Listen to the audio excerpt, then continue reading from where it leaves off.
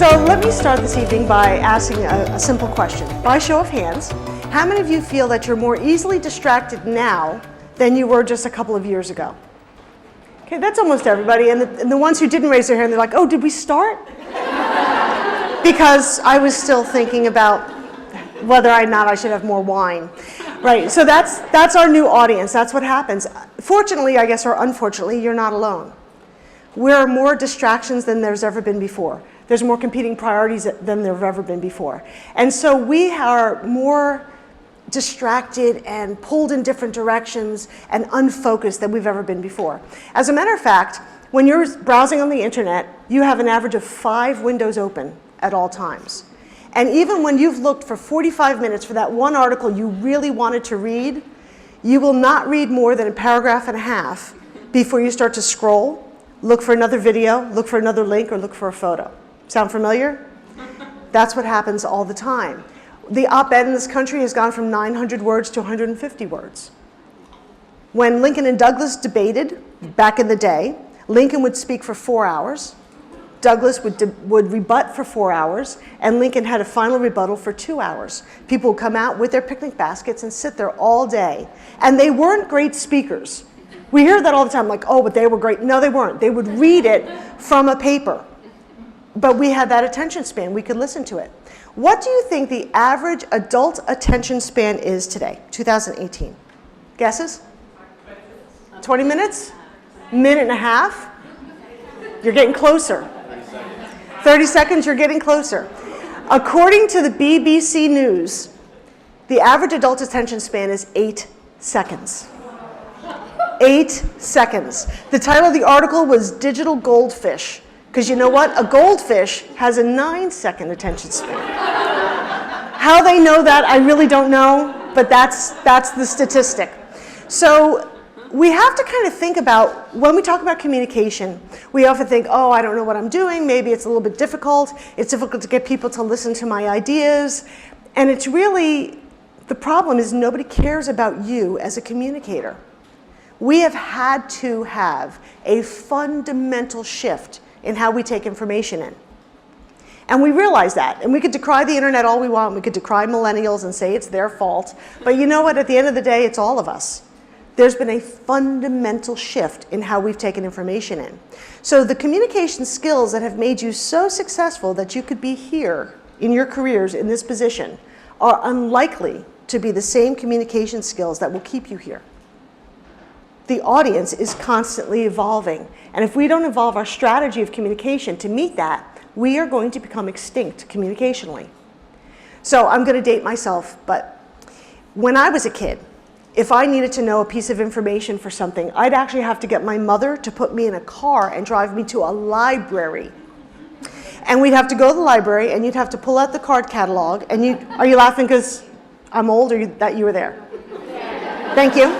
I feel a little bit better. So you're pulling out the card, and you give it to the reference librarian, because books that had information in them were not allowed out of the library. Reference books were not allowed to be taken.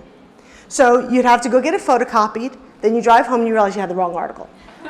Now, if it's not in the first half of my Google search, I abandon it completely. If I had a crystal ball 15 years ago and I said, in 15 years, you will be able to find virtually any piece of information you want at your fingertips in less than 15 seconds, you would have thought I was crazy. AOL took longer than that to boot up. Now, if it says your video content will load in 12 seconds, I'm like, oh my God. 12 seconds? I might as well go get a snack or check email. So what would have been lightning a decade ago, lightning, is now so slow, I don't know what to do with myself. That is the new audience. We are used to getting what we want when we want it. When I was a kid, you couldn't shop on a Sunday night. You had to wait till the stores opened on Monday. Now I could shop in my pajamas and still get it the next day.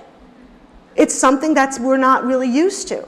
And so we know that. As consumers of information, we know that we want it when we want it. We're in an always-on, one-click-away world. Although, when we go to communicate, we don't change at all. We say, they just can't listen. perhaps the problem is we're not structuring our messages in a way that anyone wants to listen. And I think that's a large portion of how come I feel like I don't have a seat at the table? How come I can't get my ideas across? How come it feels like I'm not sure how to put it across so it's persuasive? I'm just trying to give them information. That's why. We're just not strategizing our communication. We have to be a little bit more deliberate in how we're going to do this if we want to get people's attention and be persuasive. So that's been a big shift, right? How much we take in and how quickly it comes. It's been a huge shift. The other shift has been going on as well. Back in the day, Henry Ford made stuff, right? He made automobiles. And we were in what we call the industrial age, the industrial economy. Then about the mid-1950s, there was a guy named Peter Drucker. And Peter Drucker was a management guru who said, you know what? I don't think we're industrial workers anymore. We're now going to call all of us knowledge workers. Because what our normal thing to do every day is I have knowledge and I transfer it to somebody else, so then they have knowledge. And all of us would have been in that category because we're not physically making stuff, we're transferring knowledge. And that had value because it was scarce. It was hard to come by information. I'm going to sound immodest, but I'll take that risk. When I worked, before I went into academics, I worked for a medical device firm for about 13 years. And I was the bomb. I know you're laughing, but it's absolutely true. I was hired 3 months before we launched the division, and I made it my sole focus to know more key opinion leaders than anybody else, to run every cadaver lab for the company, to make sure I knew the disease state, our product, the competitive landscape better than everybody else. So if you wanted to find something out, you pretty much had to come find me. I was the bomb. And that was a great, powerful position. I got promoted 7 times in 9 years because of it. Today, that position does not exist. Information is no longer scarce. You could get it in some repository somewhere way quicker than you could come and find me and listen to me have to tell you. So the idea of if you think of your job as an information transfer job, you will find that you have very little value any longer. Does that make sense to everybody? As depressing as this all seems. I'm going to show you how to do something about that in a second, but so don't, keep drinking. It's okay. But that's what it is. So 2 shifts. 1, we want things when we want them. We have remote control length attention spans. So you know what we've had to do? We've evolved. Now I'm really good at this. Really good. My mother would walk in and she's like, you don't even know what you're looking at. Yes, I do. I'm good. We've evolved with that. And we have to evolve with what we bring as value. Communication is the skill set that you need if you want to be a leader. It doesn't matter how smart you are, it doesn't matter how creative you are, it doesn't matter how good you are. If you cannot get your ideas across, you cannot lead other people. So I think it makes some sense to think a little bit about how we go about communicating. Are we doing it in a way that people can hear us? Are we doing it in a way that we could be persuasive and concise and have impact? And if we can do that, there's hope. If we say, oh, no, you know what, I like doing it my way, you're going to be talking to yourself after a little while because we're all evolving away from you. Okay? So a couple of minutes ago, I said the average adult attention span is 8 seconds. Good. And this is something that's pervasive in our culture. This is a movie clip I'm going to show you. I'm going to show you a lot of movie clips tonight because honestly, you'd rather be entertained than informed, and I know that. So I'll pander to that for a little bit. As a matter of fact, when Barack Obama was president, he had his first State of the Union address. His first State of the Union address, now remember, we were at war, and it was the worst financial crisis in generations, right? His State of the Union address was moved because it was going to interfere with the first episode of the last season of Lost. White House Press Secretary Robert Gates stood at the podium in the briefing room and said, I can't imagine a time when something so many people have been looking forward to would be preempted by the president's remarks. That is your audience all the time. Okay, so I'm going to show you this movie clip to get us started. I have a 14-year-old daughter. I'm going to throw her under the bus all night because she's not here to defend herself. But that's why this one's animated. The rest won't be, but this one is. And I want you to look at this clip. It's from a movie called Bolt. I don't know if you've seen it, but it's an awesome movie. Bolt is a super dog. Well, he's not really a super dog. He plays a super dog on TV, but nobody's told him he's really not super. It's a great movie. Anyway, watch this clip and see if what you see in this seems like your everyday life.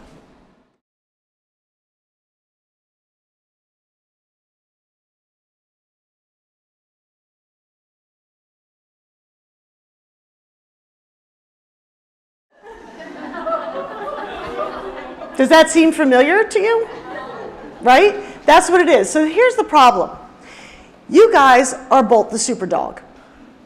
You have ideas. You want to be heard. You have experience. You have things that are going to make it better for the client. You're going to make it better for your firm. You're going to make it better for your family. And the problem is, they're the cat all the time. All the time. So passion alone doesn't do it. Experience alone won't do it. Knowledge alone won't do it. We're no longer in an information age. We are in a persuasive age. So there's no such thing anymore as information. I'm going to give you an informational speech. I'm going to tell you about something. No, you have to be persuading 100% of the time. Persuading 100% of the time. So we have a 8-second attention span. What do you think the attention span is of my furry friend here? Guesses? About 1 second. If you've seen them, they're crazy, right? They're jumping all over the yard. I was looking out my window one day because I didn't want to do the work I was supposed to be doing. And I thought, oh my gosh, there's my MBA students. Look at them. And there's my husband, and there's my daughter, and that's kind of the way it is. They're on stuff all the time. They're chasing each other. They're crazy. But then one of them picked up an acorn. And that squirrel sat like a statue until that acorn was gone. So it went from a 1 second attention span to 4 minutes of attention span. 23,900% increase in attention. And I thought to myself, that's what we need to give our listeners. We got to figure out how to give them an acorn. We have to figure out how to get them focused and to listen to what we're saying. So I've come up with the acorn communication strategy because it's easy to remember. So it's 5 buckets of tools that you could throw at any communication. So whether it's to your husband, your kids, your boss, your peers, anybody.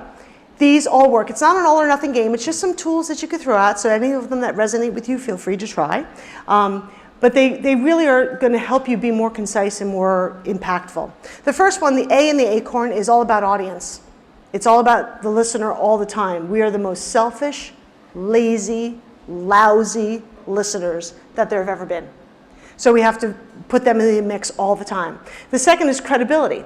We're more skeptical now than we've ever been. My grandmother used to read the paper and think it was true. Do you? No. Internet, yes. But the paper, not so much, right? The third is the order of things. Does it matter what you say first? If you have an 8-second attention span, it absolutely matters what you say first. The R is how to be more memorable, how to make your message a little stickier. And the N is this idea of needing to connect with your audience. Persuasion is not winning the argument. Persuasion is moving you toward a new belief or action. So how do we move the audience so that we could connect more fully with them? Because that's what's scarce. Attention, connection, and sharing meaning. And sharing meaning is actually the definition of communication. It's not sharing ideas. It's not sharing facts. It's sharing meaning. Do we share a common meaning? And if we could get there, we'll be more successful. So let's start off with the A. There's an old acronym. This has been around forever. It's called the WIFM. Have you heard of this before? Yes. Called What's in It for Me. Please take note that the me here is not you.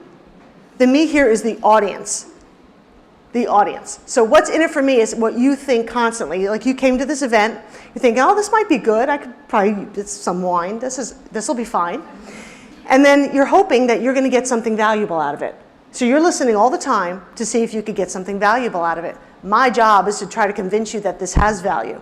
That's the game we're going to play for the next hour. Okay, that's how it works. So when we talk about the WIFM, we know what resonates with audiences now more than we ever have. We've learned a lot in the last decade on neuroscience. So here is your brain on relevance. There's a part of the brain called the reticular activating system. It's right in the center of the brain, and it has only one function. It has to decide for you what things are noise and what things are relevant. There's nothing in between. It's a binary system. You're either noise or you're relevant. I don't know if this happens to you, but very often I'm driving home after a long day and I get into my driveway to put my garage door up and I think, how the heck did I get here? Because I don't remember driving home at all. Right? And we live in Philly. Like, think about that. That's kind of scary. That's the RAS at work, saying, yes, you're driving, but thinking about how am I going to get my daughter's swim fins to practice on time? What are we going to have for dinner? Why didn't that call go well today? Is more important right now. So the RAS focuses on that. If an ambulance speeds in front of me, the RAS reevaluates, because it does so constantly, and says, now, is this more important? Yes, it is. Now I'm paying attention to driving again. Okay? I'm not going to ask you to do anything strange, but I'd like you to shift around in your seats a little bit. Just, it feels good. Just shift. Shift around your seats. Now that I mentioned it, do you feel your shoes on your feet or your slacks, your pants on your legs or your sleeves on your arms? Yes? Were you numb a minute ago? No. Nerves don't have on-off switches. The same level of sensation you feel of your clothing on your body right now, you feel 100% of the time. You don't go numb when you don't feel it. But what the RAS is doing for you is saying, oh, this isn't pinching or poking or hurting, so I don't need to think about that right now. I'll think about something else. So if I stop talking about it in about 10 seconds, you won't feel it again. That's how the RAS works. We could focus on one thing at a time. So how many of you feel like you're decent multitaskers? Give it up. I know you do. Give it up. All right. There's no such thing.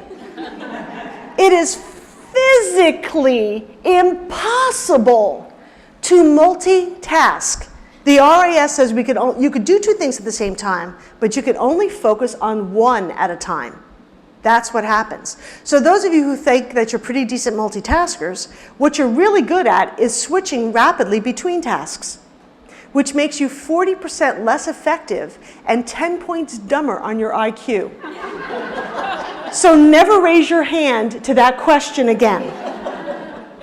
We can't do it. We can only focus on one thing at a time. So when you're at the meeting and it's your turn to speak, you better have something good to say that's relevant to that audience, because you know what?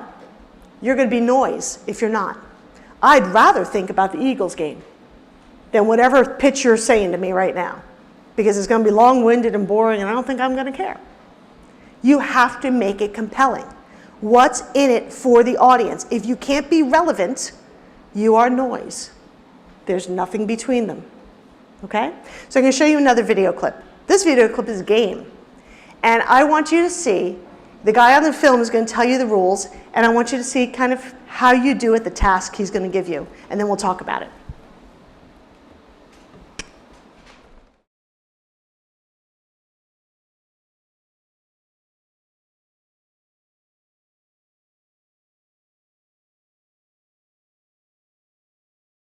All right, so I know it's hard when they both jump at the end. I know.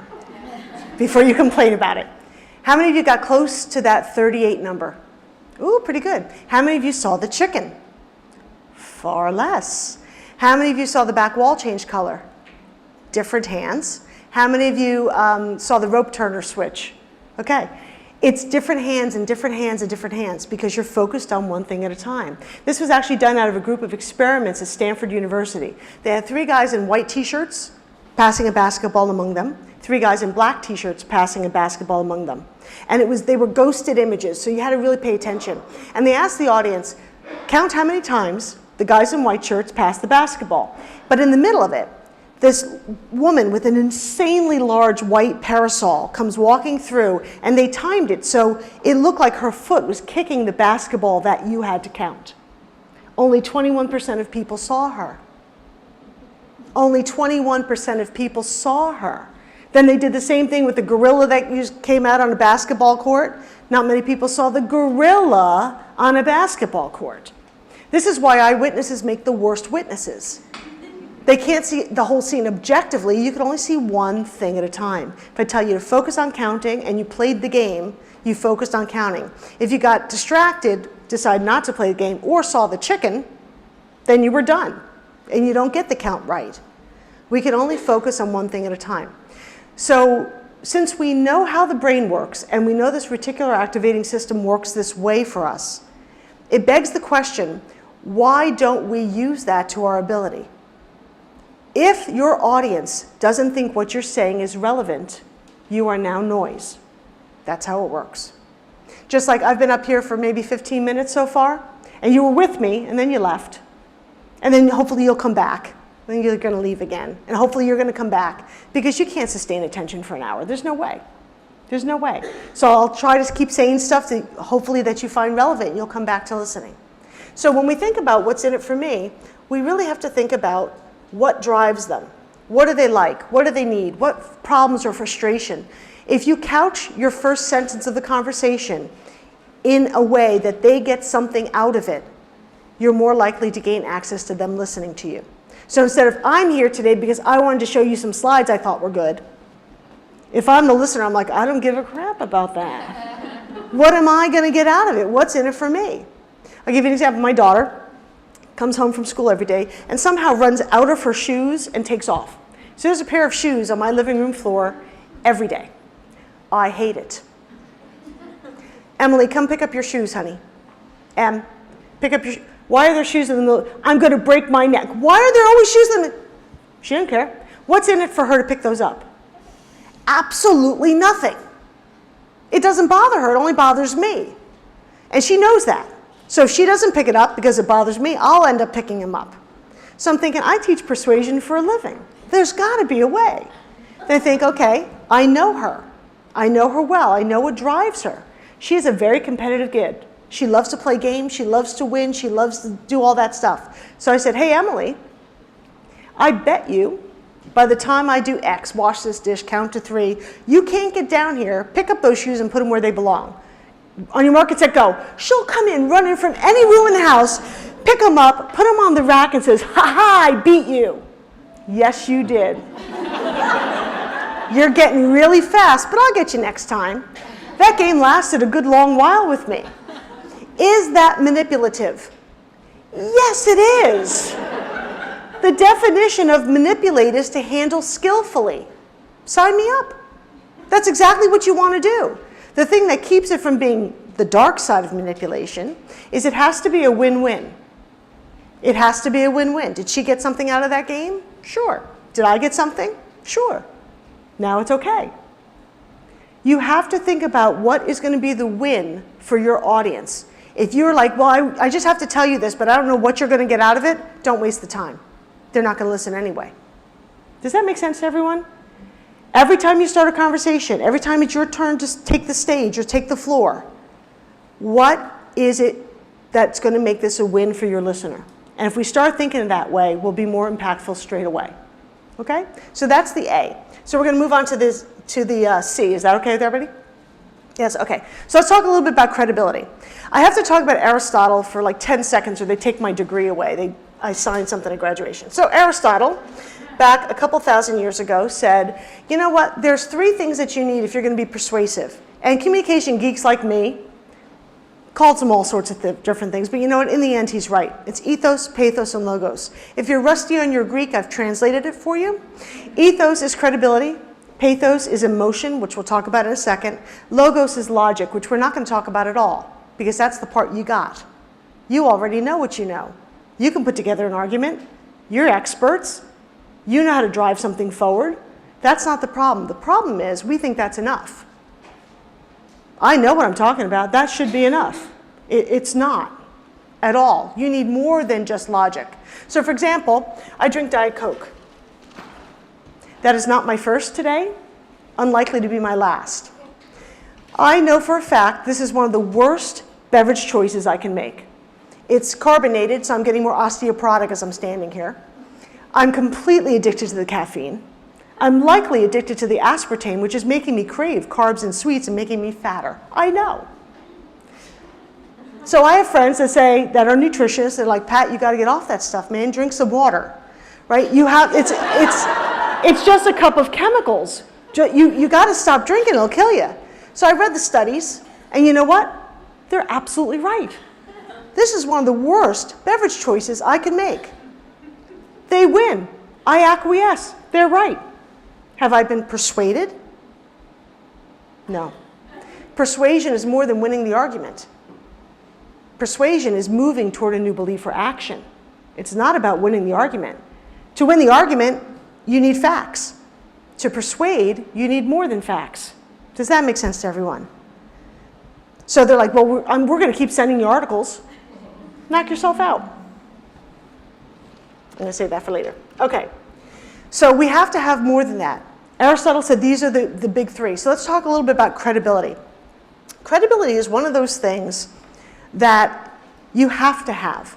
How you have it depends on who you are and where you are in your career.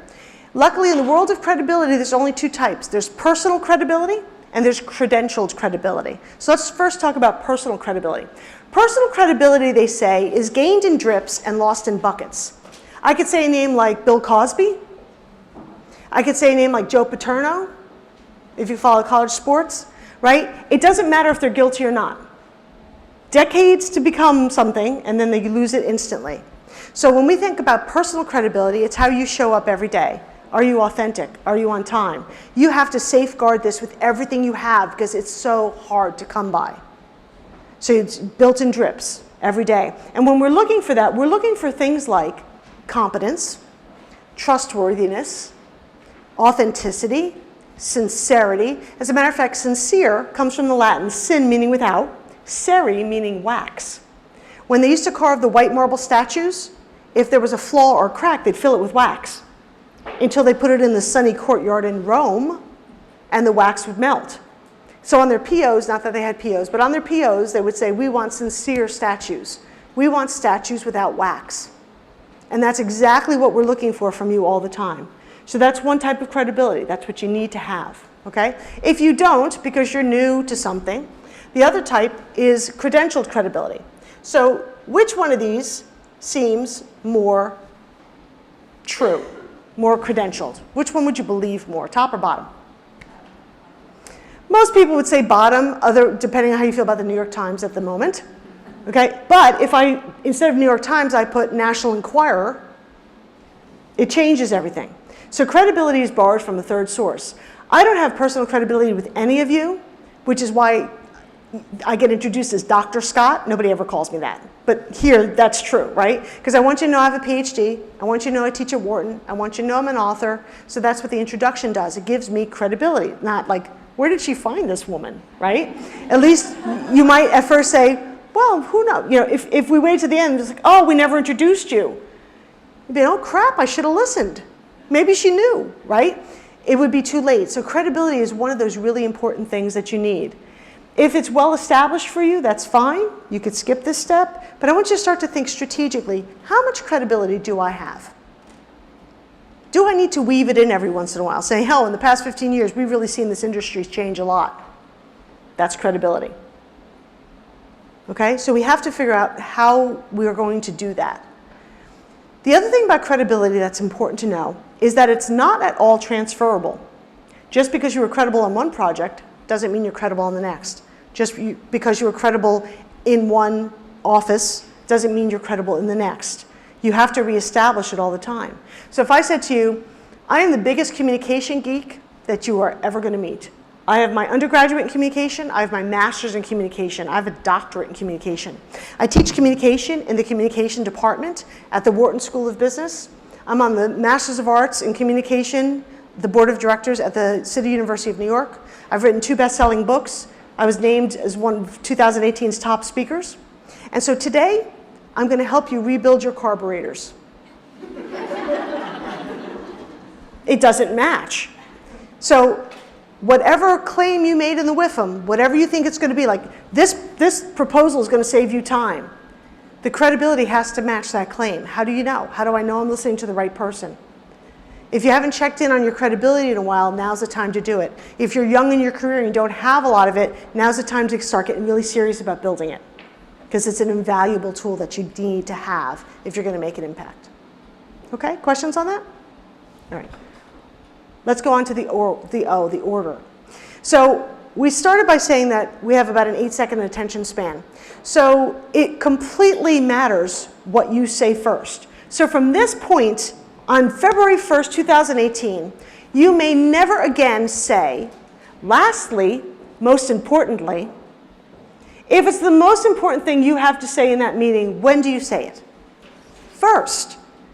You're like, no, no, no, no. I have to give them the background first, because how could they understand? We stopped listening 20 minutes ago. You have to be bolder and get to your point as quickly as you can, because we're not listening. We want to make it punchier. We want to make it more concise, okay? So there are two things to think about when we're thinking about the order of our message. The first one is an idea called framing. Framing has been around forever. It's in a lot of disciplines, not just communication. And it's the idea of picking one set of truths over another. I want you to see it this way, not this way. It's like half glass half empty, glass half full. I often show to my MBA students, you know that optical illusion? It's an old woman and a young woman at the same exact time. So I put that up for them and I show it to them and I say, well, what do you see? And annoyingly, they're like, oh, we see the young woman, which bothers me on some level, but I have to get over that. But I said, if before I showed you that picture, I told you about this woman who emigrated from Eastern Europe, who is now with her shawl on her head, her chin on her chest, reflecting on how difficult her life and journey had been. Then I put it up, they would only see the old woman. Whatever I tell you to see, you will see. That's how communication works. And we want to be led. So if I say, I gotta tell you the funny story that happened as I was crossing by the auto show to get here tonight. People start to smile. You'd stay with me for like 20 minutes thinking it was gonna get funny. Until you realize I'm not funny. Same thing, if I said, I gotta tell you this horrible thing that happened while I was driving here today. Ooh, this is gonna be horrible. And you'd stay with me for like 15 minutes until you realize it really wasn't that bad. That's framing.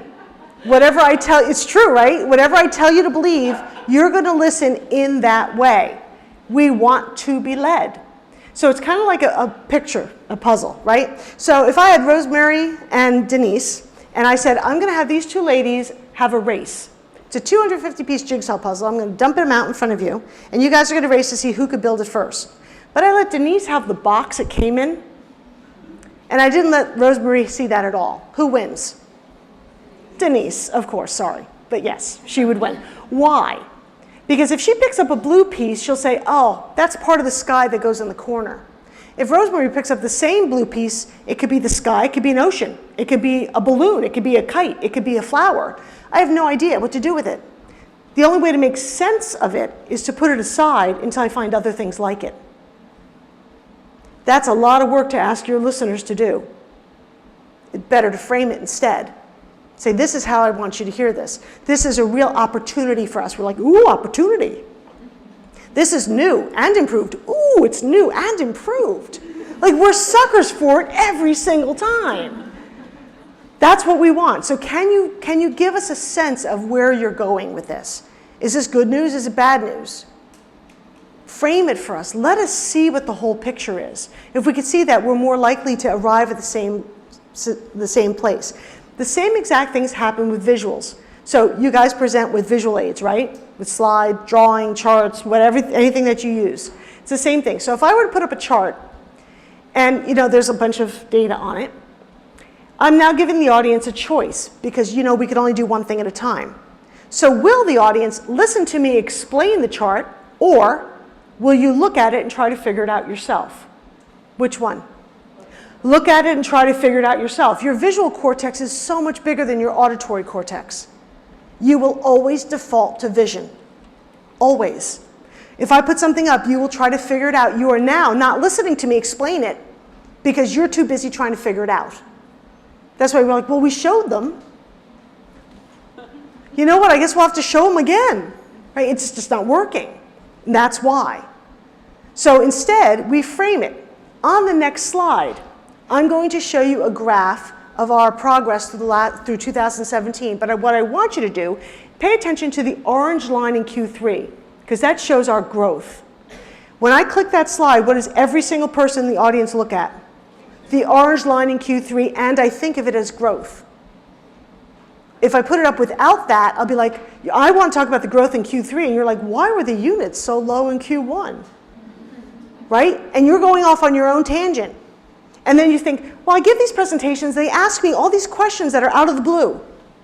They're not out of the blue, they're perfectly reasonable questions. But you didn't set it up for us to see what point you want us to see. So framing, especially with visuals, makes a huge difference in how we're going to listen to you. Don't compete with your visuals. Introduce them. Have them be part of it, okay? So we want to see the whole picture, and that's where we want to go with that. The next tool in this section is the order of the message itself. On the left is what we call the narrative structure. Every book, every joke, every movie ever made has been done in this structure, and we love it. It's tribal storytelling at its best. That's how we share information. You start at some disparate point, you weave your way through, and then there's the aha at the end. Nobody wants to know if Harry Potter lives or dies till the end of the 7th book. Nobody starts a joke, why the long face? Well, this horse walks into a bar, right? You don't, I know it's a horrible joke. You never start it backwards. We love this. It works great at the pub. It works great at the coffee shop. It works great at my Thanksgiving dinner table. My favorite part of Thanksgiving is making sure I sit next to my Uncle Dom and that we have wine at our end, because he tells the best stories about countries he's never been to. And we love that because it's charming, and he knows we know, but nobody really cares. It's wonderful. I wouldn't want it any other way. The problem is that approach does not work in business. I do not have time for you to weave your tale and give me all the background. The worst way to start a presentation, let me start by giving you the history of this project. Oh my God, who wants to hear that? Nobody wants to hear that. They're horrible words, don't ever say them. We don't like you. We don't want to hear that. We want you to get to the point. We want to do it this way. Main point, then evidence under it. Main point, then evidence under it. Don't weave your tale. I know the big buzz in books these days is storytelling. 100 new books came out last year about how to be a good storyteller. It is a fad. You heard it here first. We don't have the patience for you to go through a story. Elements of story are important. We'll talk about that. But weaving a whole story to get to your point, we can't do that in business.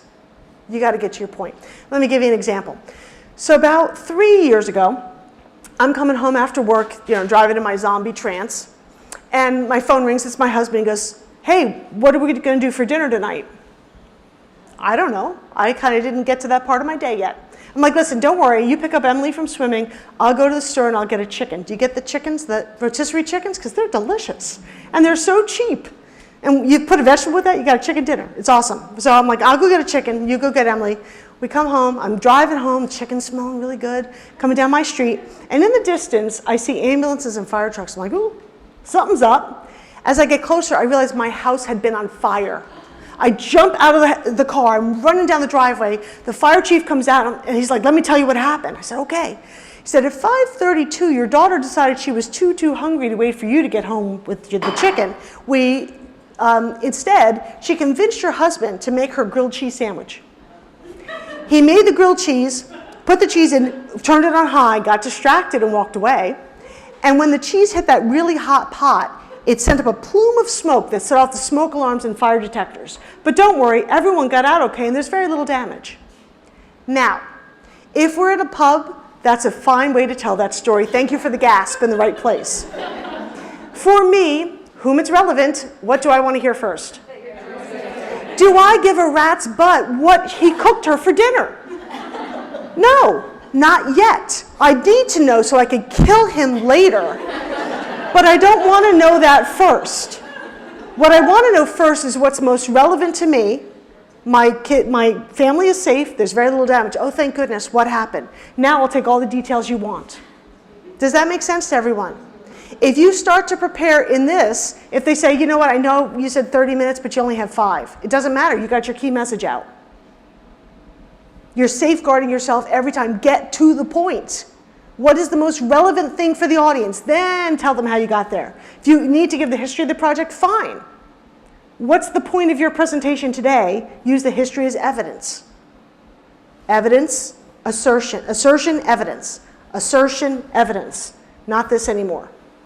We can't listen to you like this. Well, people are like, yeah, but I kind of like, I like easing into it and telling the story. You're going to be talking to yourself. We don't like to listen that way. We're not used to it. I want what I want now. And then if I could decide right then and there, is this relevant to me or not? And if you pick the wrong start, I'm going to think about the Eagles. Because that's more fun than listening to you. So that's what we have to do. We have to think about the order of the message ourselves. Most important thing first, most relevant thing first, then everything else. We can't do it upside down anymore. You're going to feel like the ShamWow guy when you first try this. It's like, I just wanted this. It feels so bold to us. But again, it's not about us, is it? It's about the audience all the time. I don't care if it makes you feel too bold. So do you think that we should employ this when we're writing too? Yeah, so the question was, do you think we should do this when we're writing too? Absolutely. This is why nobody reads emails. I look at it, I tell you what, if the thing doesn't say like free beer or something, I'm out. Right? If it's not compelling, I'm like, oh, this is for information. And we have so much of it, all we really need is a way to file it. So we could recall it when we need it. I don't need all that now. We don't need to know or memorize anything ever again. How many phone numbers do you know? How many phone? I don't even know my daughter's phone. Call Emily. And it does it for me. How many phone numbers did I know 15 years ago? Everybody's. We don't need to know things right now. I just need to know how to retrieve it when it's relevant. So if you write in a way that it's easily retrievable, they become more valuable. If you write it in a way where I have to scan through everything to figure out what's in here, I'm never, ever going to read that. And then we're like, I write all these things, nobody reads it, and we blame them. Well, we're writing novels. Who wants to read that? And honestly, we're not good writers either. They're not compelling. It's not a good story. We hate it. So yeah, writing, absolutely, it's the same thing. Same thing. Okay, everybody with me? So we did the A, the audience. It's all about them, the audience all the time. The C, you have to have credibility, because if we don't trust you, I don't care how smart you are, I'm not going to do anything with you. The O is you got to figure out how to do the order of the message. We have to frame it if we can, and make sure the most important thing is first. Okay? Okay, let's go on to the R. Everybody still doing okay? Are you finding this helpful? Yes. Yes? Okay. So let's go on to the R. So the R is the remember me. How do we make this kind of stickier? The A, the C, and the O, you kind of have your conversation mapped out. The R and the N in the ACORN process are ways to kind of ice that cake. So you could use these tools anywhere in it. You could use it when you're crafting your WIFM. You could use it during the evidence part, anywhere you want. It's just tools to make things stickier. So the first one I want to talk to you a little bit about is how adults learn, because it's very different than how kids learn, and we might not be aware of what that takes. So my daughter, who's 14, for the last 8 years or so, asks me why incessantly. And when she was little, I thought, how precocious, isn't this good? She's going to be smart. Now it just bugs the snot out of me. I know I'm going to sound like a bad mom. That's all right. So she'll say why, and I'll tell her something, and then in her little voice, she's like, how do you know? Well, I read it. Where'd you read it? In a book. What book? So my life is a series of citations, because I'm an idiot apparently, and I don't know anything on my own. I have to have gotten it somewhere. So I'm starting to get annoyed with this process because it's annoying. And then I thought, no, actually that's how she learns. How kids learn is they are physically building new neural pathways. And they're building something called schema. Schema is an interconnected web of knowledge that we all have. And everyone's in here is different because we have different experiences. So if you think of it like a scaffolding, for her, or for all of us when we were young, the way we built that world knowledge is we started laying more and more pipes and made it more complex. Physically building new neural pathways all the time. So when she asked me that question, what she's really doing is saying, oh, if I need to know this kind of information, I can read it in this kind of book. And she's making that physical pathway. For all of us in this room, we don't do that anymore. Our schema is kind of done. We're kind of fixed. We have a little plasticity, but not a lot at all. So for adults to learn something new, it's a progress. It's a progression. So the first step is I have to intellectually understand you. Secondly, I have to figure out what it's like that I already understand or have experienced, and then put it next to it. So we're not putting more piping in the scaffolding, we're just changing it to make new connections. Everybody with me? That is really hard for a listener to do. It's really hard for us to do. It's a lot of work. So is there a way we can make that shorter? Of course there is, and the answer is to use a metaphor or a mnemonic or something that gets at it. We no longer, even in our vernacular, we no longer say, oh, I'd like to understand more about that. We're like, yeah, I get it. I get it. We don't seek understanding anymore. We want to get it. And my expectation, frankly, is that you're just going to give it to me. We used to think that volume equaled credibility. If I could talk for a long time, make this sound complicated, you'd think I was really smart. That's not true anymore. In this new economy of communication, the one who can make the complex seem simple wins. So don't say utilize if you could say use. We're so over it, it's not funny. Okay? Simplify your message. And I'm not saying dumb it down. My Wharton MBAs are like, Dr. Scott, we refuse to dumb things down. You can talk to yourselves, right? It's not dumbing down. Simplifying the language around it so it's instantly understood. We like that better. And if you can do that, we actually think you're smarter than people who can't do it. I'll give you an example. I was in medical devices. I was telling you how I was the bomb earlier. And we had, for a while, I was in maxillofacial surgery, which is the most disgusting thing ever. So don't ever do that. But if you smashed your face, they'd put these plates in, and the screws were like 1.2 millimeters. They were tiny screws. And up until our company's invention, you'd have to go back, get the screw, balance it on your gloved finger, bring it over to the wound, and try to find the hole in the plate and line it up. So there were screws on the floor because they'd drop them. They would drop them in the wound. They'd have to x-ray to find them all. It was seriously horrible. And that's not even the gory part. I can make this worse, but I won't. All right, so you had to find it. So our invention was you go to the back table, you put a sleeve on the screwdriver shaft, it clicks on, you could do this, the screw would never come off. Then after the second turn, it disengaged itself, so you always knew where the screws were. So I'm in the OR, and the case is going really, really well. And they're like, Pat, this is working great. We really love this. I'm thinking, this is awesome. And so the OR nurse turns to me. She's like, but you probably have to get this holding sleeve off the shaft, right, to clean it because it gets bloody. I'm like, yes, you have to disengage it. She's like, how do you do that? And I'm thinking to myself, lady, you're in luck because I wrote the technique guide. I know exactly the right answer to that. So I'm like, well, you start by depressing the semicircular knob with the proximal end. She's like, how do you get it off? I'm thinking, well, but that was the right answer. That was the right answer. And I'm like, okay, I guess I'll say it slower. You start by depressing the semicircular, people are bleeding here, how do you get it off? Hold it like a cigarette. Pinch it, slide it like a trombone. Thank you. Threw it down. Which was the right answer? They were both the right answer. But which was really the right answer? The second one. Because we caught it instantly. We expect that we're going to just get it. I could seek further understanding if I get it, but I don't want to do that right off. Simplify what you do. So I'm going to show you one more video clip. This video clip is from the movie My Cousin Vinny. If you've never seen this movie, you must go see it, because it's a shame if you haven't. So I'll orient you, most of you I think have seen it from the giggles I'm getting, so I'll orient you to where we are in the film. We're at the end where the two Utes are on trial to see if their car was the car used in the getaway. Marissa Tomei has just been validated as an auto mechanic genius, and Joe Pesci, her boyfriend that she's fighting with, is questioning her.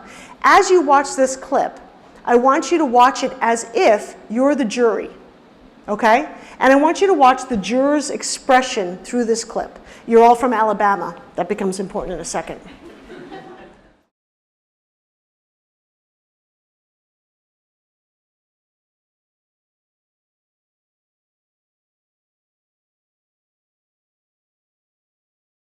All right. So if she had more time, could she have explained positive attraction in a way that the jury would have fully understood it? Sure. They're smart people. They would have gotten it. But instead, she treated them like adult learners and made it something they already know and experience, and they get it instantly. If you can do that, if you can make this shortcut for us, we love it. It's a very, very powerful tool. Now, not everything lends itself to a metaphor, so be careful. I had one student once, he's like, I have the perfect metaphor. I'm like, oh, good, because this will help me understand what you're talking about. He's like, it's like when you're landing a plane. I'm like, I've never landed a plane. He's like, you know, the yaw and the pitch, and I'm like, no. So if you're going to use metaphor, make it so we're like, it's got to be short and apt for it to work. But it's a great, great tool if you can, especially if things are complicated like processes. If you can make it seem simpler to us, we like that. Okay, the next tool in this section is chunking. So if I start just a laundry list of items, how many do you think I can say before you stop listening to me? 3. 3 is about it. Plus or minus 2 is the real thing, right? It depends how familiar you are with it, but pretty much 3. So if I said, it's one of those few things that is even more powerful than a whiffum. So if you came here tonight, you're thinking, I'll pretend, this is going to be awesome. This is going to be so relevant. It's the one thing I really want to go to this year. I can't wait to hear this speaker speak. Say that's how you came in, not, ooh, look, there's wine, right? So this is what I really want to do. And I came out and said, good evening, everyone. I'm glad you came. Tonight, I'm going to share with you my 72 tips for how to be a better speaker. You'd have been done. You'd have been done. You know you can't take that in. So you have to be able to think that it's bite-sized. That's what a chunk is. And so we don't know. You have to tell us. You have to say, this is where we're going. There's going to be 3 things I want to go over today. I'll be like, oh, thank goodness. If you don't tell us and you're just like, okay, let's review. I'm like, I just don't want to. It just doesn't work that way. So say Karen and I are old friends. And after the thing's done, I pull up in the car. I'm like, hey, Karen, jump in the car. What's her first question likely to be? Where are we going? Come on, you know we always have a really good time. Just jump. This is sounding creepy. Just jump in the car. Her second question is likely, well, how long will it take? Because even if it's fun, sometimes I just don't have the time. How often are you asking your listeners to go with you and you never tell them where you're going or how long it's going to take? They will not come with you. You have to say there's 3 things. Now, I'm pushing my luck with acorn, right? Macadamia would have been far too many. And you know that we're on R, so we're almost to the end, right? You feel good about that because you know where you're going. If you don't navigate us, and we don't perceive that it's short and we could take it in, we're out. I don't care how compelling you think it is. So we have to chunk the information, okay? So often for my students, I give them 15 seconds and I put this up on the screen. And I ask them to think about it, and then I time them for 15 seconds, I turn it back off, and I say, how many did you get? Usually between 3 and 7. I did have one guy once get 12, but I think there was something wrong with him, so I count that as an outlier. But even in a good listening, that's all we get. Then I give them 15 more seconds with this one, which is the exact same array in type and number. And they do way better. Because I've made it predictable. We hate chaos. I don't like not predicting what's coming. I don't like not predicting how much is coming. So if you go in, you walk into a meeting, and you're coming in with a whole stack of stuff under your arm, oh my God, I would want to leave. Because I'd think you'd want to get through all that. And you know, you're just there for backup, so you look smart, like just in case they have a question.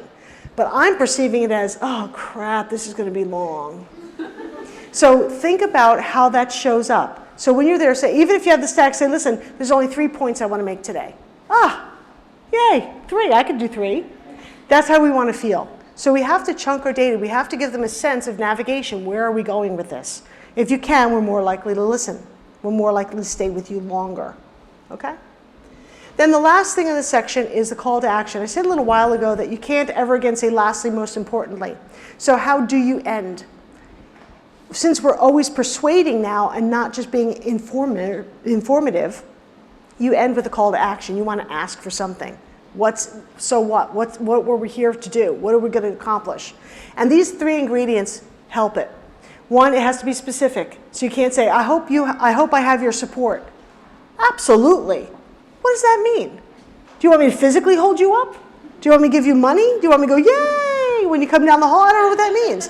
So I actually don't do anything. It has to be something specific, okay? That's why instead of saying donate, be as generous as you can. The Red Cross says text $5 to Haiti. It's very specific. Either I can or I can't, but I make my decision right then. Not be as generous as you can. What does that mean? Be as generous as I can. And I don't do anything because I don't know what to do. The second thing is it has to be doable by an individual contributor. So you don't give to breast cancer research. You give money to run in somebody's mother's name. You don't give to hurricane relief. You help build a hospital in Haiti. It's called the empathy telescope. The more you think you could see your position and your you're adding to the end of it, the more likely I am to do it.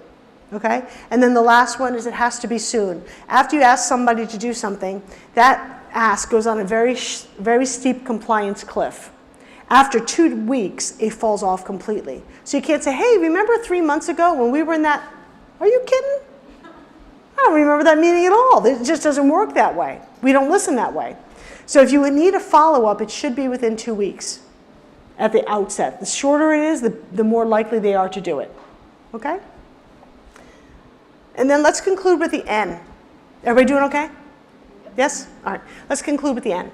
So the N is this idea of need to connect. This is Aristotle's pathos. Aristotle didn't mean be emotional. That wasn't what he said. He said you need emotion in it. And this is where my students roll their eyes and say, Dr. Scott, what are we going to talk about? Fluffy bunnies and butterflies? I hate them. I say, no, that's not what he meant. He just meant we need to viscerally connect. We need to feel something about it.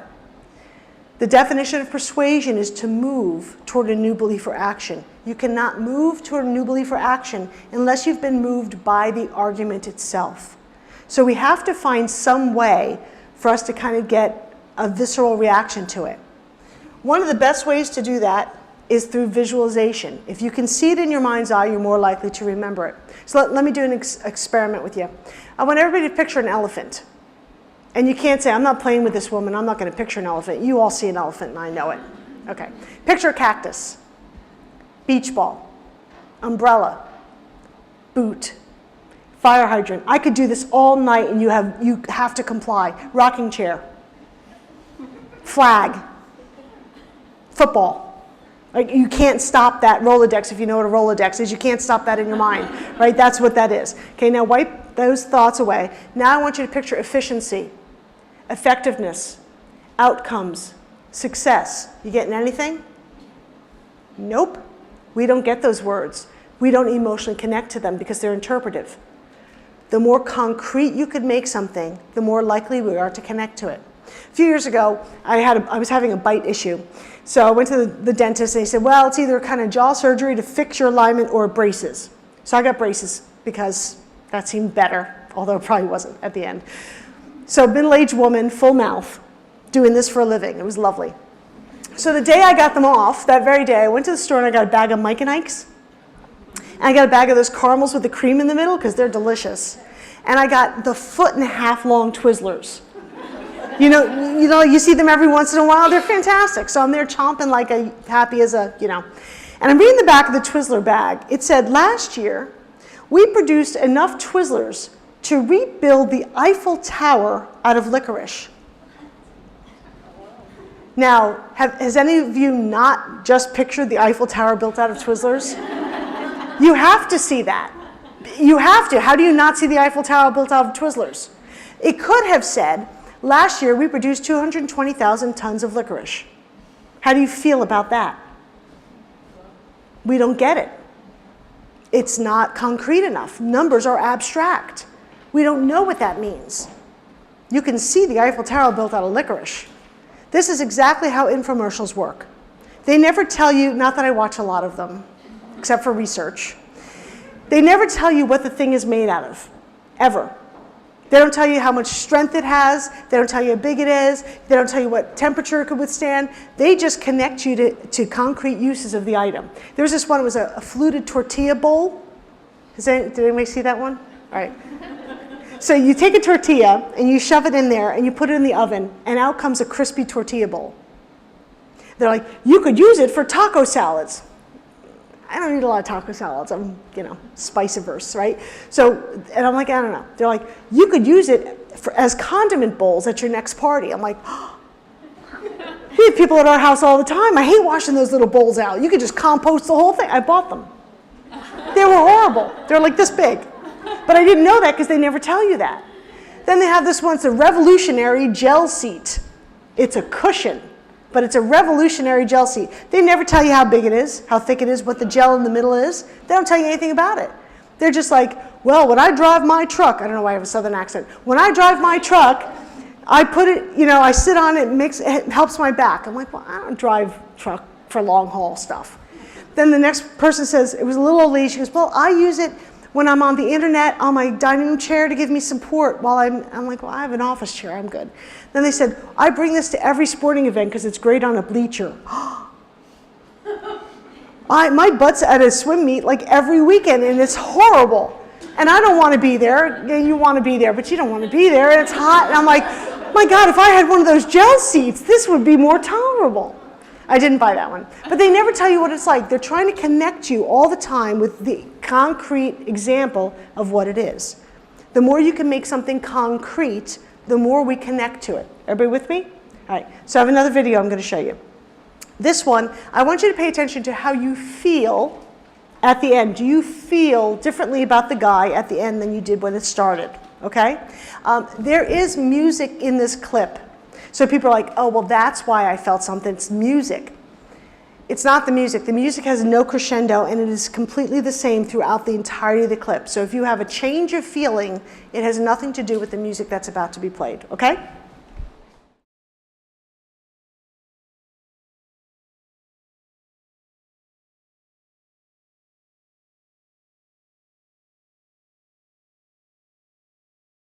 So did you feel something differently when they showed the second sign?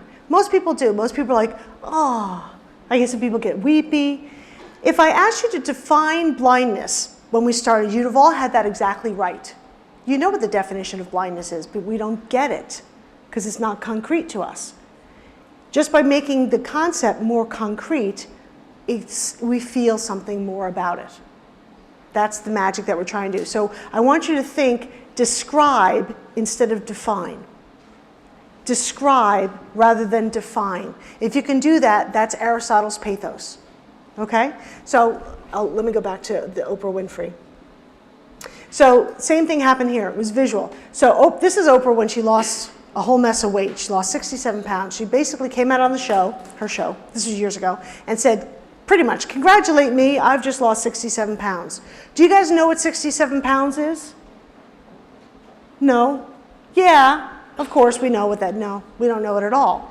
So she counted on that and she said, I want the people to remember this, so I'm gonna make it visual. She took 67 pounds of fat, put it in that baggie, put it in the wagon, and rolled it out on stage.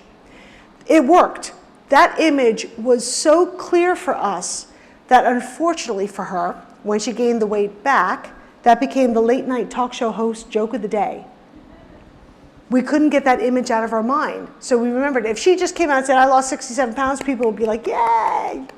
And it would have gone away. But she wanted it to be sticky, and it did. So if you Google Oprah Fat Wagon, it's like a couple of million hits. We still can't get that image out of our mind because it described her weight loss, not defined it. There's a difference there. All right, I have one last video for you today. This video, do you remember it's over a year now, I think, that 777 Malaysian airliner crashed and they never found it? I had been on one of those planes. They're enormous. They're massive planes, and I, like all the other conspiracy theorists, couldn't imagine how you can't find that plane. How do you not find that plane? It's massive. So I remember, that's why everybody's like, oh, they flew to an island and covered it in palm trees. That's, like there was a million theories. Basically, the plane was lost and they couldn't find it. Then CNN put this clip on that I'm going to show you. And so that last one had music under it. It was about a blind guy, I get it. And it's a little bit more emotional. This one, they're only going to talk about the search area, square footage of the search area for the plane. Yet, when I watched this for the first time, there was a definitive point in this clip where I'm like, oh, they're never going to find that plane. I completely understood it differently, and it resonated with me for the first time. So I want you to watch this clip. I want you to see if that happens to you. And if it does, I want to know when that happened. Okay? Let's see how we do.